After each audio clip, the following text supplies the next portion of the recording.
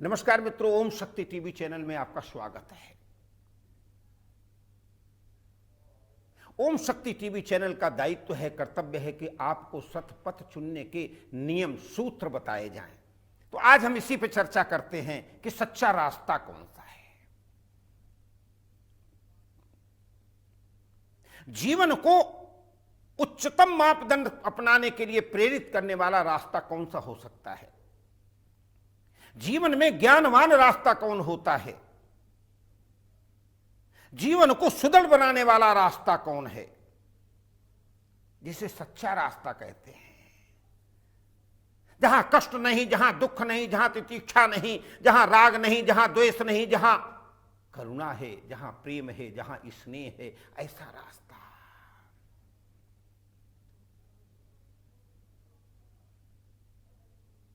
जो भगवान कृष्ण का रास्ता है, जो भगवान राम का रास्ता है, जो भगवती मां दुर्गा सरस्वती जी ने बताया है, जो मां भगवती दुर्गा ने बताया है, वो रास्ता कौन सा है। वो रास्ता केवल एक है, सर्वे भवन्तु सुखिनः, सर्वे सन्तु निरामयाः, सर्वे भद्राणि पश्यन्तु मां कश्चित् दुःख भाग् भवेत्। सबके लिए प्रार्थना करना। परहित लागी तरहि जे देही, संतति संत प्रशंसहिते ही। राय दधीच ने, महर्षि दधीच ने जो रास्ता अपनाया, दैत्यों का वध करना था, अपने शरीर की हड्डियां तक दान कर दी, वज्र बनवा दिया, वो रास्ता था। हमारे ज्यादा दूर नहीं जाए, हमें अगर कलयुग की ही बात करें, हमें थोड़े दिन पहले की ही बात करें, हजारों लाखों लोगों ने भारती मां परांबा भगवती मां भारती भारत माता के चरणों में अपने शीश अर्पण कर दिए। लड़ते लड़ते हंसते हंसते बलिदान हो गए। किस लिए हो गए? वो सच्चा रास्ता था, क्योंकि हमें भारत भारती की रक्षा करने का हमारा दायित्व भी है, कर्तव्य भी है। किसी कन्या पे अत्याचार होता है, उसको बचाने के लिए हमारा दायित्व भी है, कर्तव्य। सच्चा रास्ता है। कोई दुखी है, उसकी सेवा करना, दुखों से निवार देना, ये हमारे लिए सच्चा रास्ता है। कोई प्यासा है, उसे पानी पिलाना, कोई भूखा है, उसे भोजन देना, यही तो सच्चा रास्ता है ना। कुछ लेना देना नहीं है, स्वार्थ नहीं करना है। हमारा सच्चा रास्ता कौन सा होगा? हमारा सच्चा रास्ता वो है कि हमें कुछ मिले न मिले, लेकिन तुम्हारा कल्याण हो जाए। भगवान भक्त के लिए जिस प्रकार से कार्य करते हैं, उसी प्रकार से जीव जैसे परिवार को पालता है, पुत्र को पालता है, इसी प्रकार से सारे समाज को पुत्रवत देखे, सारे समाज को वो अपने मातृवत देखे। मातृवत परदारेषु परद्रव्येषु लोष्ठवत्। सच्चा रास्ता कौन सा है? आत्मवत् सर्वभूतेषु। एक ही श्लोक सुनाऊंगा। अपने समान सबको देखना। आत्मवत् सर्वभूतेषु परद्रव्येषु लोष्ठवत्। दूसरे धन को मिट्टी के ढेले के समान, दूसरे की माताओं बहनों को मां के समान समझना। मातृवत् परदारेषु या पश्यति सः पंडितः। दूसरे के, तो फिर संसार में, तो फिर समाज में, तो फिर गांव में, तो फिर गली में ये अनाचार, अत्याचार, भ्रष्टाचार नहीं होगा। और वही रास्ता सच्चा रास्ता होगा।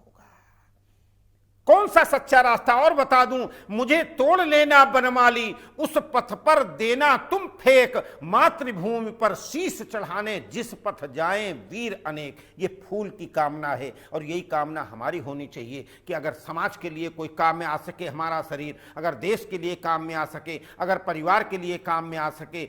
लोग क्या क्या दान नहीं कर देते समाज के लिए। धन दान कर देते हैं, तन दान कर देते हैं, नेत्र दान कर देते हैं, किडनी दान कर देते हैं, शरीर दान कर देते हैं। वही रास्ता सच्चा रास्ता है।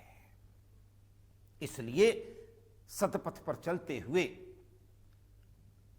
अपने परब्रह्म परमात्मा का स्मरण करते हुए जीव जब आगे बढ़ता है तो वो सच्चा रास्ता होता है। वही सच्चा, वही रास्ता कहां तक जाता है? युधिष्ठिर कहते वही रास्ता तो स्वर्ग तक जाता है। फिर नाम काम है स्वर्गार्थम में, फिर मैं स्वर्ग नहीं चाहिए, फिर मुझे कुछ नहीं चाहिए। मुझे क्या चाहिए? मुझे चाहिए यहां पर जितने लोग हैं उनका स्नेह और उन्हीं का प्यार चाहिए। मौत किसको कह रहे? वो जिंदगी का नाम है। मौत से डरना डराना कायरों का काम है। मौत आए तो आ जाए, शीश चढ़ता है तो चढ़ जाए। राम ने कष्ट सहे 14 वर्ष तक जंग। अगर राम चाहते, अयोध्या की प्रजा कह रही थी, समस्त गुरुजन कह रहे थे, केवल मात्र एक केकई कह रही थी कि वापस जाना है 14 वर्ष जंगल के लिए, लेकिन संपूर्ण समाज कह रहा था राम तुम अयोध्या में रहो, नहीं अयोध्या में रह सकते हो तो पास में पर्णकुटी बना करके रहो। लेकिन राम को आदर्श क्या था, राम का रास्ता क्या था? क्योंकि राम को राक्षसों का वध करना था, इसलिए 14 वर्ष का वनवास प्राप्त करके कष्ट सहे, दुख सहे, लेकिन पथ से विचलित नहीं हुए। इसी प्रकार हम अपना रास्ता, सच्चा रास्ता क्या है? कष्ट आएंगे, दुख आएंगे, झंझावात होगा, तमाम से तमाम प्रकार की पीड़ा होगी, लेकिन उसको पार करते हुए परब्रह्म परमात्मा परमेश्वर से मिले, मां भारती की सेवा करें, समाज सुखी रहे, इस कामना को लेकर के अगर हम आगे बढ़ते चले जाएंगे तो वही सच्चा रास्ता कहलाएगा। धन्यवाद, नमस्कार।